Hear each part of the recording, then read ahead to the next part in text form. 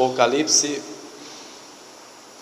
capítulo 12, versículos 7 a 17. Nós vamos aí dar continuidade à nossa exposição no livro de Apocalipse. Aqui em Apocalipse, capítulo 12, versículos 7 a 17, nós vamos ver que um dia haverá uma batalha no céu, uma grande guerra no céu. Logo no início, nós lemos aí no versículo 7, houve peleja no céu. A palavra peleja aí está dizendo que houve uma batalha, houve uma guerra. Continuando o versículo, Miguel e os seus anjos pelejaram contra o dragão, também pelejaram o dragão e seus anjos. O tempo do verbo haver indica que a batalha será no futuro. Houve uma peleja no céu. Vai ser então, essa batalha será no período da grande tribulação. Nós podemos confirmar isso no versículo 12 desse mesmo capítulo. A guerra que vai haver no céu será de Miguel e seus anjos contra Satanás e os seus anjos caídos. O arcanjo Miguel, em Judas 9, podemos ver um pouco mais sobre ele. Ele é o líder do exército angelical de Deus. No Antigo Testamento, ele também teve um papel especial na proteção da nação de Israel. Em Daniel 10, podemos ver isso, 21, também capítulo 12. Agora, o dragão mencionado aqui, com certeza é Satanás. Os anjos de Satanás são os demônios que já fizeram parte do exército de anjos de Deus, mas que caíram juntamente com Satanás. O número desses demônios é mencionado no versículo 4, que é uma terça parte dos seres angelicais. Essa batalha é claramente uma batalha espiritual no reino dos céus. Felizmente, no versículo 8, somos informados que Satanás e os seus anjos não serão fortes o suficientes para vencê-la. Olha o que diz o versículo 8: todavia não prevaleceram, nem mais se achou no céu o lugar deles. Aquela guerra será sem dúvidas muito intensa, mas o dragão e os seus anjos não derrotarão os santos anjos de Deus. O resultado final dessa guerra está aí no versículo 9: e foi expulso o grande dragão, da antiga serpente que se chama Diabo e Satanás, o sedutor de todo o mundo. Sim, foi atirado para a terra, e com ele os seus anjos. Esse versículo ele deixa claro que Satanás e sua horda, ou seu bando de demônios, serão atirados para a terra. Quando Satanás e seus anjos, logo após a criação, caíram e foram expulsos do céu, Satanás não perdeu o acesso ao céu. Quando aconteceu isso no passado, ele não perdeu acesso ao céu, pois nas Escrituras nós vemos que ele vai ao céu acusar os filhos de Deus. Na história de Jó mesmo nós vemos isso, Satanás ali, já no estado caído, ele foi falar com Deus, falou sobre Jó. Em Zacarias também, capítulo 3, vemos isso. Satanás hoje, da mesma forma que ele fez com Jó, ele ainda tem acesso ao céu, e ele utiliza esse acesso para trabalhar como acusador dos crentes, para falar dos nossos pecados, as nossas falhas. Ele vai nos acusar o tempo todo. No hino Castelo Forte que nós cantamos, diz na terceira estrofe que ele é o grande acusador dos servos do Senhor. Porém, naquela batalha, quando Satanás e os seus demônios perderem a guerra celestial, ele não terá mais acesso ao céu para fazer as acusações contra os santos de Deus. Na verdade, como diz aí no versículo 9, o grande dragão foi lançado para baixo. O verbo original, que foi traduzido atirado, é um verbo muito forte que denota uma poderosa propulsão para o lançamento de algo.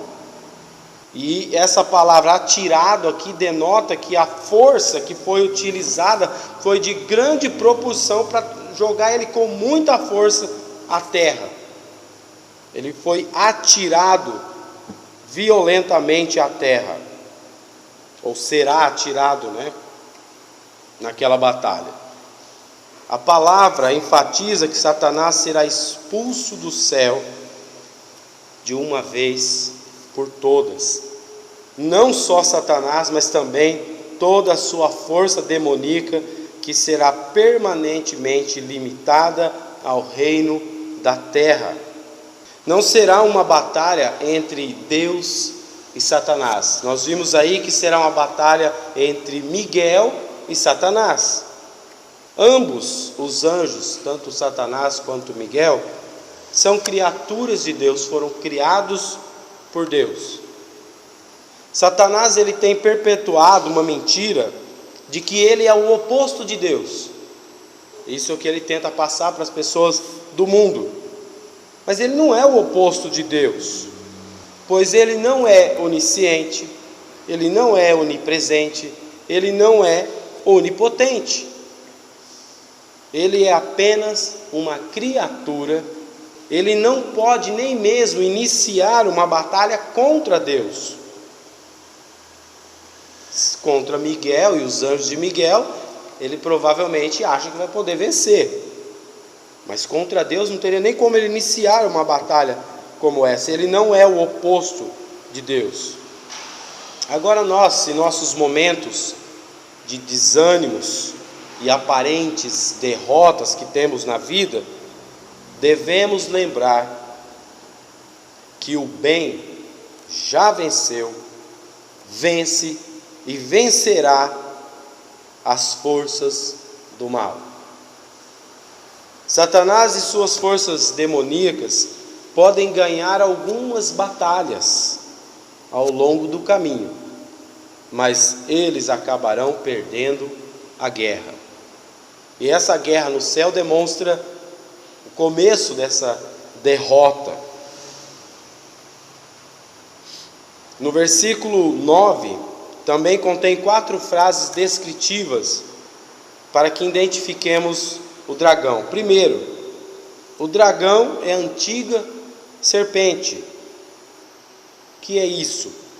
É um título que enfatiza o caráter astuto e venenoso de Satanás. Em Gênesis 3, nós lemos isso, e também em 2 Coríntios, capítulo 11. A palavra antiga, que está falando a antiga serpente, traz à memória, então, a primeira vez, ou a primeira acusação de Satanás, como serpente lá no Jardim do Éden, quando ele tentou Eva. Outra descrição de Satanás, que o dragão é o próprio diabo, como diz aí o versículo. Agora a palavra diabo, ela vem da palavra grega diabolos. É bem parecida com a nossa palavra diabo, porque é uma transliteração. O significado de diabo ou diabolos é calúnia ou acusação falsa. Então, quando fala que alguém é um diabo, é porque ele faz calúnias das pessoas ou acusações falsas a respeito das pessoas.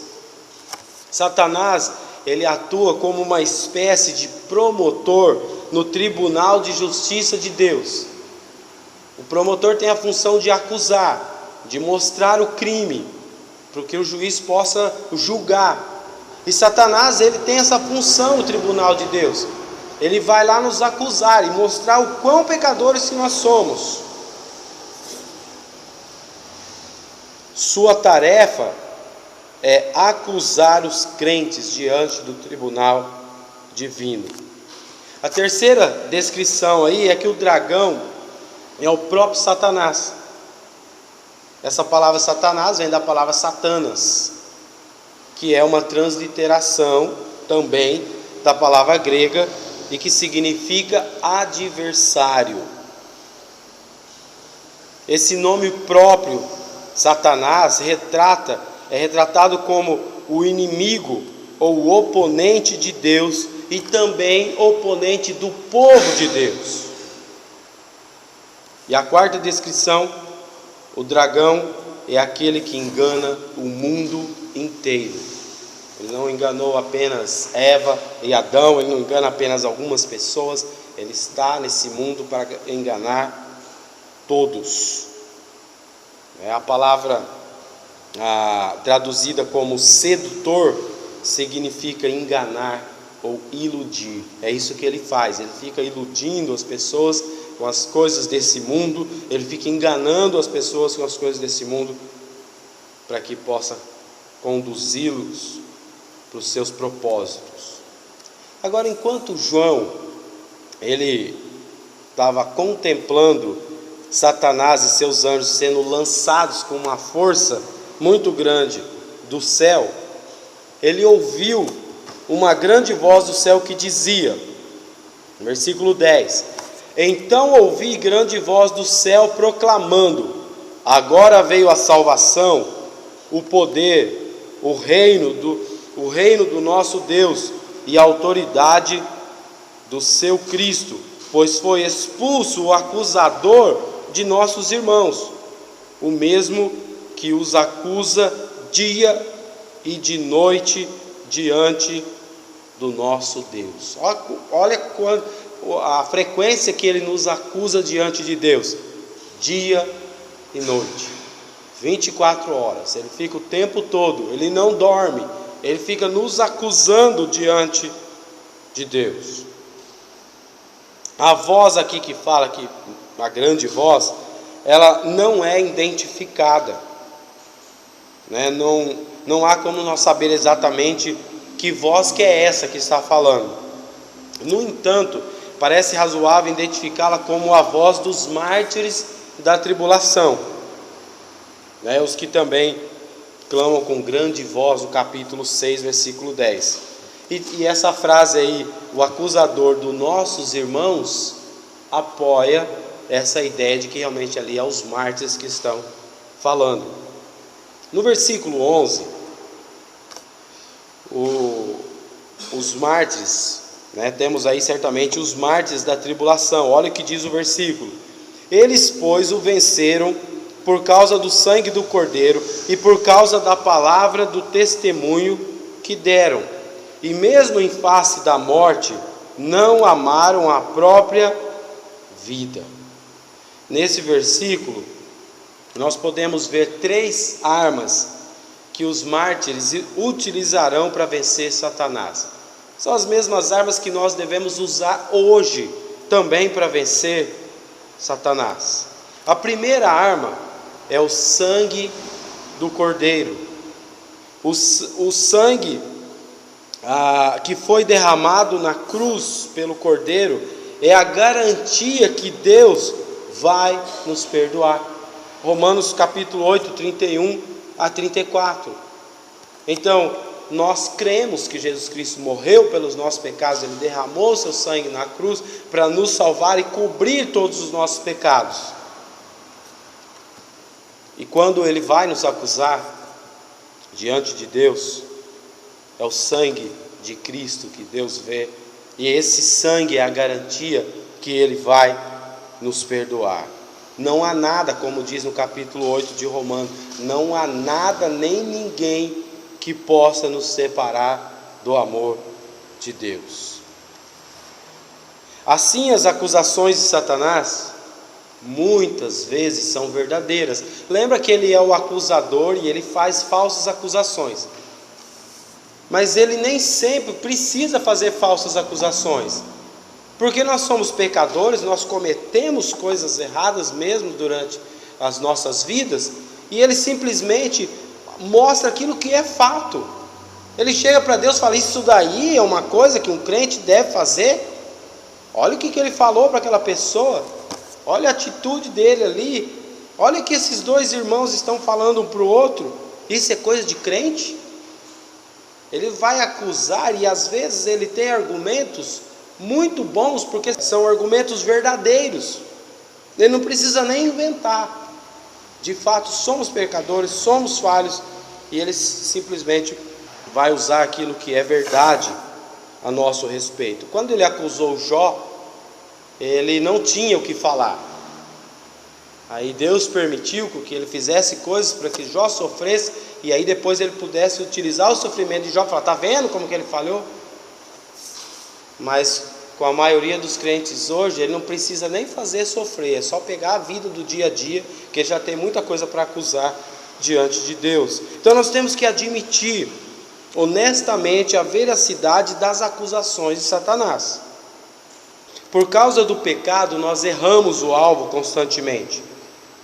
Ele simplesmente mostra o fato. Agora, em segundo lugar, temos que lembrar que o sangue do Cordeiro cobre os nossos pecados. Nossos pecados foram todos pregados na cruz de Cristo, e não seremos mais julgados ou condenados por Deus por causa dos nossos pecados. O sangue de Jesus é a nossa primeira arma nessa batalha espiritual. Então, às vezes nós nos sentimos mesmo desanimados por causa das nossas falhas. Temos que lembrar dessa arma, temos que lembrar do sangue de Jesus Cristo, que Ele nos perdoou dos nossos pecados, e mesmo que Ele estiver nos acusando, Deus não vai considerar a acusação dele. A segunda arma é a palavra do nosso testemunho. No capítulo 1 nós vimos isso, capítulo 6 também. Nosso testemunho é evidenciado de duas maneiras: testemunhamos com as nossas vidas e testemunhamos com os nossos lábios, com o que nós fazemos e com o que nós falamos. Dessa forma que nós testemunhamos. Você, como filho de Deus, deve ser o sal e a luz para o mundo. Mateus capítulo 5, versículo 13 em diante. Quando compartilhamos nosso testemunho, assim como numa batalha real, temos que entrar no campo ou no território inimigo. Na batalha espiritual, nós entramos literalmente nos territórios de Satanás. Nós estamos compartilhando o nosso testemunho. Como? Com o que nós falamos, com o que nós fazemos. E quando estamos oferecendo um bom testemunho, estamos entrando no território inimigo, no território de Satanás, no território que ele não quer que nós entremos. Mas o nosso testemunho, firmado na palavra de Deus, com o sangue do Cordeiro, é uma arma intimidante para ele. Entramos no território inimigo e ele fica intimidado por causa do nosso testemunho. Podemos dizer que o nosso testemunho é poderoso e irrefutável. A terceira arma na nossa batalha espiritual, a terceira arma é que temos que utilizar a abnegação. Em outras palavras, a abnegação é o desprendimento dos próprios interesses ou da própria vida. Como nós cantamos na música agora há pouco no Castelo Forte, se temos que perder filhos, bem, mulheres, a própria vida nós vamos perder por causa de Jesus Cristo. Isso é abnegação, quando nós estamos prontos para abandonar qualquer coisa desse mundo, inclusive a própria vida. Estamos lutando fielmente nessa batalha espiritual. Os mártires da tribulação, eles estarão dispostos a fazer qualquer coisa por Jesus, mesmo tendo que perder a reputação, status ou bens. Estarão prontos para dar suas próprias vidas, mesmo que isso signifique sofrer uma morte de um mártir. Seguirão as instruções dadas à igreja em Esmirna, Apocalipse 2, de serem fiéis até a morte. Assim como fez o Cordeiro de Deus, Jesus Cristo veio a esse mundo e foi fiel a Deus até a morte, e morte de cruz, e Ele morreu por causa de você, que não merecia a morte, passar as necessidades que Ele passou e os sofrimentos que Ele passou por causa de você. Eu diria que a abnegação é uma forma de gratidão. Nós, como crentes, quando nós nos decidimos abnegar nossas vidas por causa de Jesus Cristo, nós estamos sendo, no mínimo, gratos àquilo que Jesus Cristo fez por nós. Por que Jesus Cristo deveria vir a esse mundo, sair do céu, da onde Ele estava, nascer numa manjedoura, sofrer perseguição, passar fome, sede, ser tentado, ser zombado, e depois no final, com seres inferiores, ser machucado, ferido, moído, como diz a Bíblia, só para te salvar? Por que Ele precisava fazer isso? Não precisava, você já está condenado, já fizemos a escolha bem no começo da história. Mas Ele veio, Ele se sujeitou, Ele sabia que Ele ia sofrer tudo que sofreu, mas Ele veio. A abnegação, ou viver pensando apenas em Jesus Cristo, é o mínimo que deveríamos fazer. Isso é gratidão.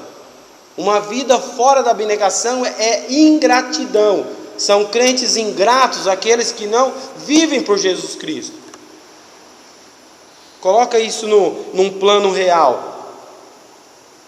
Tem duas pessoas numa situação, num acidente, por exemplo, e a pessoa tem a opção de salvar o filho e salvar você, e ela deixa o filho morrer e te salva, e fala: por quê? Porque eu quis te salvar, na hora eu achei que era melhor salvar você, e deixei meu filho morrer.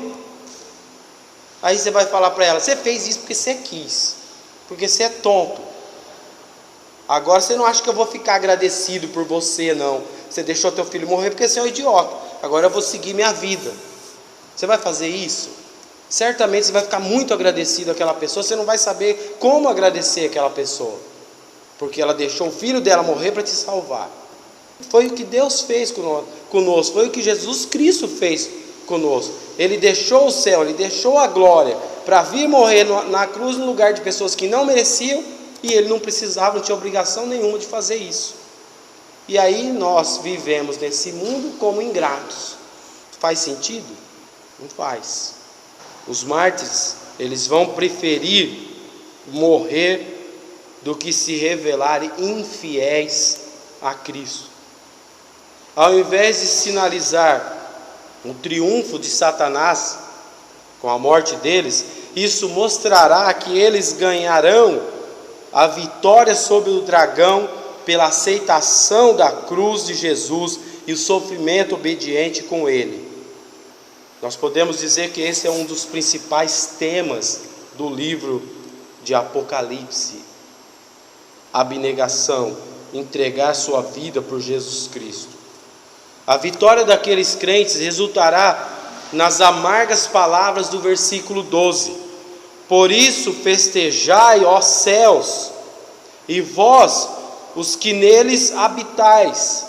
Ai da terra e do mar, pois o diabo desceu até vós, cheio de grande cólera, sabendo que pouco tempo lhe resta. Os habitantes do céu vão festejar por causa da punição de Satanás. Ele não estará mais entre eles. No entanto, todos aqueles que estiverem na terra naquele momento, especialmente os crentes, deverão tomar muito cuidado, porque o tempo deles será curto. Ele terá apenas 1260 dias antes de Jesus Cristo voltar à terra e prendê-lo por 1000 anos. Quando Satanás perceber que o seu tempo é curto, Satanás então irá perseguir o povo de Deus. Isso está registrado aí nos versículos 13 a 17. Uma vez que Satanás for expulso do céu, ele voltará com toda a sua atenção à mulher que dera a filho um varão. Quem que é essa mulher? Nós vimos na mensagem passada, Israel. Que filho é esse? Jesus Cristo. Olha o que diz o versículo 13: quando, pois, o dragão se viu atirado para a terra, perseguiu a mulher que dera à luz o filho varão. Seu intenso ódio por Israel vai atingir o clímax durante a tribulação, onde ele vai procurar fazer de tudo para destruir Israel. Satanás sabe que se ele conseguir destruir Israel, também vai impedir o plano de Deus, evitando que seja concretizado no final. Mas, versículo 14: a mão milagrosa de Deus estará sobre Israel no meio da trama de Satanás para destruí-lo, e fornecerá uma maneira para que escapem. Olha o que diz o versículo 14: e foram dadas à mulher as 2 asas da grande águia, para que voasse através do deserto, ao seu lugar, aí onde é sustentada durante um tempos e metade de um tempo, fora da vista da serpente. Os israelitas, eles receberão uma assistência divina para fugirem do dragão. Deus dará aos israelitas 2 asas da grande águia. Agora, Deus já fez isso no passado com a nação de Israel. Em Êxodo 19 diz: vocês viram que eu fiz ao Egito e como os transportei sobre as asas de águias e os trouxe para junto de mim? Deuteronômio 32 também fala a respeito disso. Ele o protegeu e dele cuidou, guardando-os como a menina dos seus olhos, como a águia que desperta a sua ninhada, paira sobre os seus filhotes e depois estende as asas para apanhá-los, levando-os sobre elas.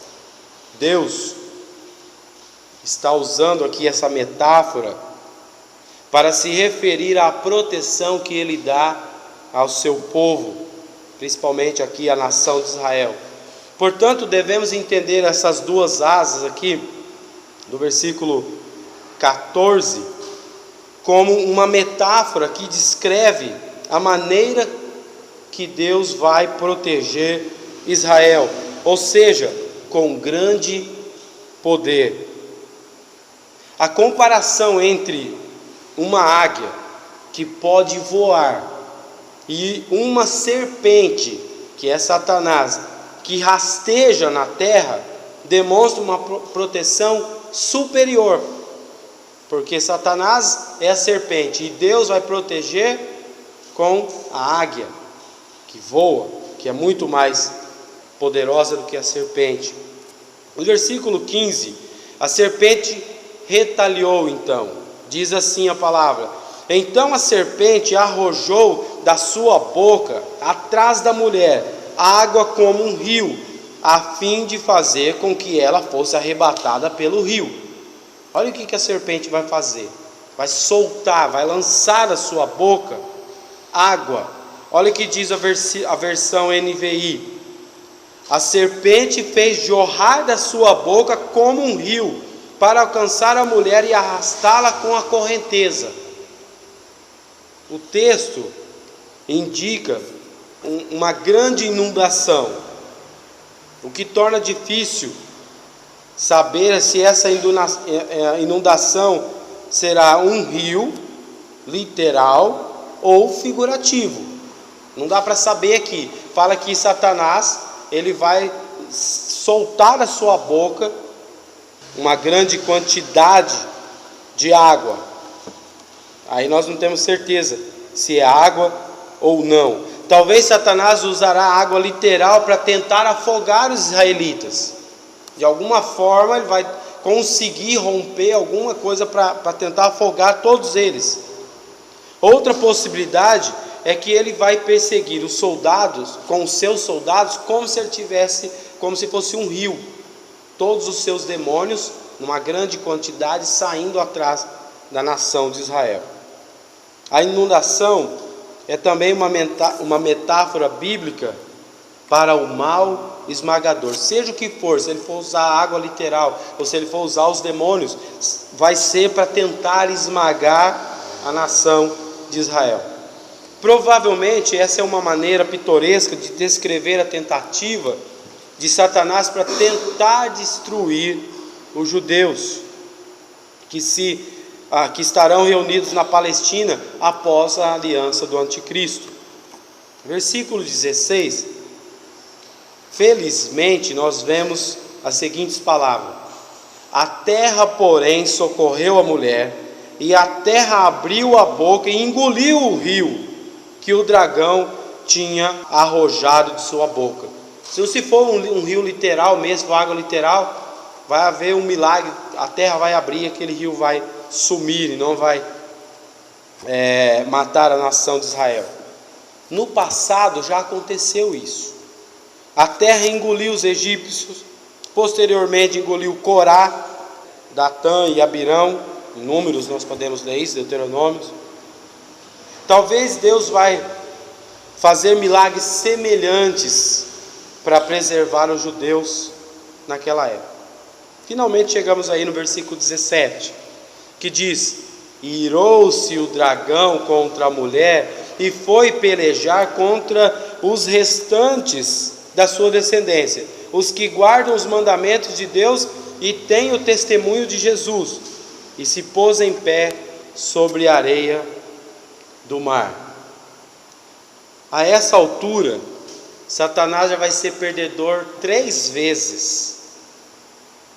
Nós vimos que no versículos 1 a 6, ele tentou destruir Jesus Cristo, o Filho do Homem. Isso foi no passado. Ele não conseguiu. Jesus Cristo não ficou morto, ressuscitou. Primeira derrota. Versículos 7 a 9, ele vai perder a batalha no céu, que é o que nós vimos hoje. Ele vai tentar lutar contra Miguel e os seus, e vai perder a batalha e vai ser atirado à terra. E nos versículos 13 a 16, a terceira derrota: não vai conseguir destruir Israel, não vai conseguir destruir a mulher. E por essa razão, ele vai se irar, é o que diz o versículo 17: irou-se, 3 vezes derrotado. Ninguém gosta de ser derrotado, ele muito menos. Nessa terceira derrota ele vai ficar muito furioso. Então ele vai direcionar essa ira, essa fúria contra os restantes da descendência da mulher. Quem são os descendentes da mulher? Israel. É importante notar que Satanás lutará contra os que guardam os mandamentos de Deus, aqueles que realmente são fiéis, que guardam os mandamentos de Deus, e os que têm o testemunho de Jesus. É claro, os que não guardam os mandamentos de Deus, não têm o testemunho de Jesus, já são dele, ou pelo menos estão cooperando com ele, está junto com ele. Mas essa verdade se aplica para nós hoje. 2 Timóteo 3,12: ora, todos quanto querem viver piedosamente em Cristo Jesus serão perseguidos. Ele não vai perseguir aqueles crentes que estão nesse mundo atuando de acordo com os propósitos dele. Se você não guarda os mandamentos de Deus e você não dá testemunho de Jesus, ele não precisa de perseguir. Você está do lado dele. Se você é aquele tipo de crente que prefere ficar do lado do inimigo, você não pode com ele, se junte a ele. Já que eu não posso com o diabo, eu vou ficar junto com ele. A maneira de fazer isso é só não guardar os mandamentos de Deus, não dar o testemunho de Jesus e você está do lado do inimigo, e ele não vai mexer com você. Você não vai ser perseguido. Para quê? Por outro lado, se você quer estar do lado de Deus, você quer estar do lado do Todo-Poderoso, então tem a promessa aí que você pode ser perseguido enquanto estiver nesse mundo. A vida cristã não é um mar de rosas como alguns pregam hoje em dia, e sim um campo de batalha. Se você vive para Jesus nessa vida, haverá sofrimento, mas as recompensas serão eternas. Em nossos dias existem heróis, como existirão na época da tribulação. São aqueles que guardam os mandamentos de Deus. São os que têm o testemunho de Jesus. E suas vidas são caracterizadas por essas verdades. Esses são os heróis que esse mundo não é digno. Você é um desses heróis. Você está disposto a se abnegar, entregar sua vida por Jesus Cristo? Você está disposto a estar ao lado de Deus o tempo todo, mesmo que isso possa trazer-lhes complicação? Você vai reconhecer que está numa batalha espiritual e que o inimigo da sua alma quer te derrotar? Você vai se comprometer a buscar Jesus e se apegar a Ele em meio a essa guerra? Se assim for, você terá uma vida abundante. Pode haver perseguição, pode haver sofrimento, mas uma vida abundante. No sentido espiritual, você vai estar feliz, contente, porque vai estar do lado certo. Você vai estar demonstrando gratidão por aquele que sofreu na cruz por você. Olha o que Jesus disse em João 10:10. O ladrão vem somente para roubar, matar e destruir. Eu vim para que tenham vida e a tenham em abundância. Ele veio para que você tenha vida e abundância. Você tem vida em abundância? Você está do lado de Jesus? Você guarda os mandamentos de Deus e dá testemunho de Jesus? Sua vida é caracterizada por abnegação ou é caracterizada por egoísmo, vontade própria, as coisas carnais que te impedem de servir a Deus como Ele quer que você sirva? Pense nisso. Será que Jesus Cristo merece a tua gratidão por aquilo que Ele fez?